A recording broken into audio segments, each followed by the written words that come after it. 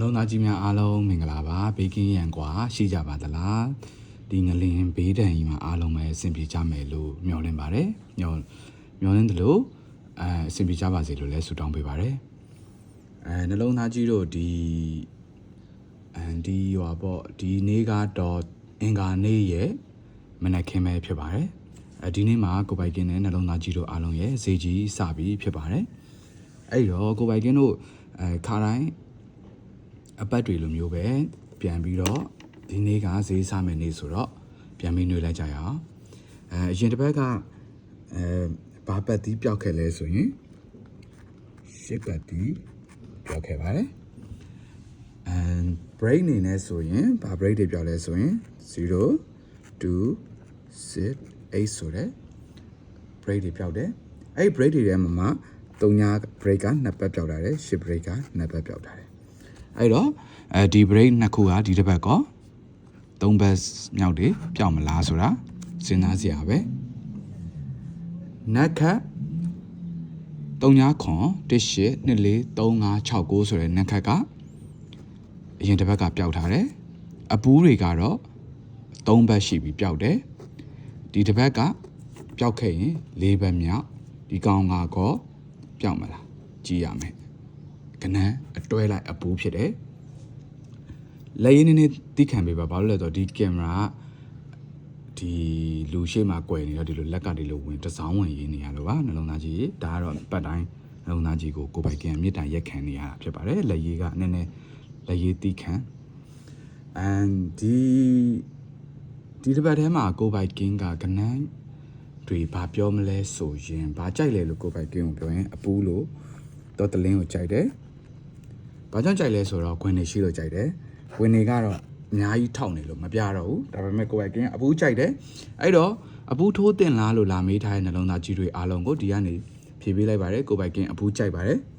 ထွက်ချင်းမထွက်ချင်းကတော့နှလုံးသားကြီးရဲ့ကန်နဲ့ကိုယ်ကင်းရဲ့ကန်ရှိပါသေးတယ်ဒါကြောင့်မို့အကြိုက်တွေတော့ယူသုံးပါ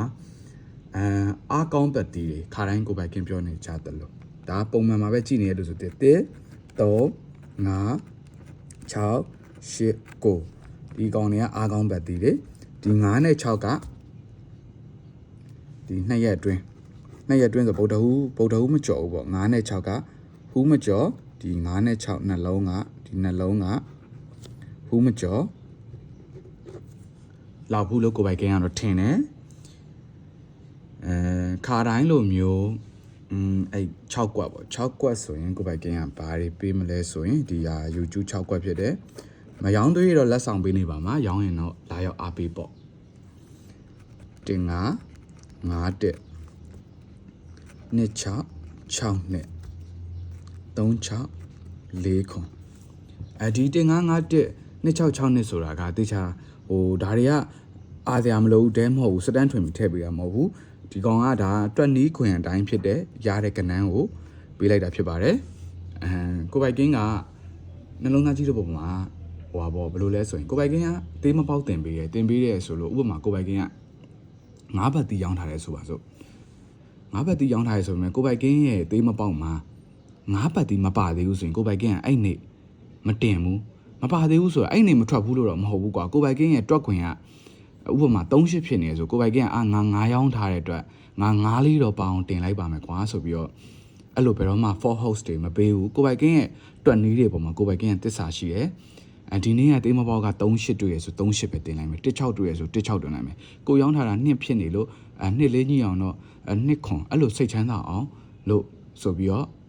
ဝယ်သူအကြိုက်ဆိုတာထက်ဝယ်သူအကျိုးမြတ်ကိုပို့ပြီးတော့မျှော်လင့်တဲ့အတွက်ကိုပိုင်ကင်းကအဲ့လိုပဲတင်ပေးပါတယ်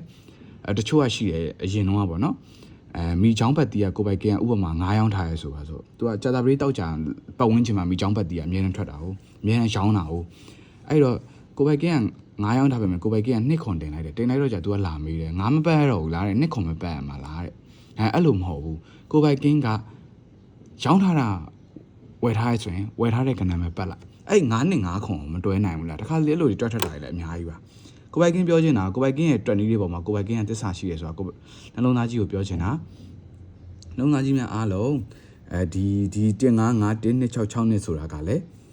သူ့ရဲ့တွက်နည်းတိုင်းချပြထားတာဖြစ်တယ်6ကွက်ကနေပြီးမှ तू ကဘယ်နှကွက်ဖြစ်သွားလဲဆိုတော့1ကွက်2ကွက် 3ကွက်တစ်ကွက်2ကွက်3ကွက်4ကွက်ဖြစ်သွားမယ်4ကွက်ဆိုတော့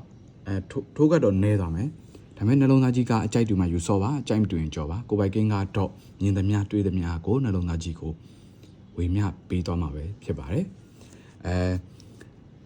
ကိုပိုက်ကင်းရှိမှာတပတ်စာကတ်ရှိမယ်စာကလေးရှိမယ်မနက်3ညနေ3ဆိုတဲ့ကဏ္ဍရှိမယ်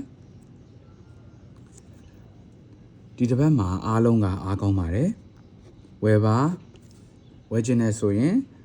0925901221ကိုလာရောက်ကဝယ်ယူနိုင်ပါတယ်အားလုံးပဲအဆင်ပြေတော့အောင်မြင်တော့ကိုထိုးတာနဲ့ထပ်တာနဲ့တိုက်ဆန်ဆိုင်ကွက်တီရတော့အမြတ်အများကြီးရတော့ရသဘတ်တစ်ခုကိုပိုင်ဆိုင်နိုင်ပါစေလို့ကိုပိုက်ကင်းနှလုံးသားကြီးကိုဆုတောင်းပေးပါတယ်တောင်းတဲ့ဆုတွေအားလုံးပြည့်ပါစေလို့ကိုပိုက်ကင်းထပ်ဆင့်ဆုတောင်းပေးလိုက်ပါတယ်နှလုံးသားကြီးများအားလုံးပြေဝပျော်ရွှင်ကျမ်းမာဘေးကင်းချမ်းသာကြပါစေ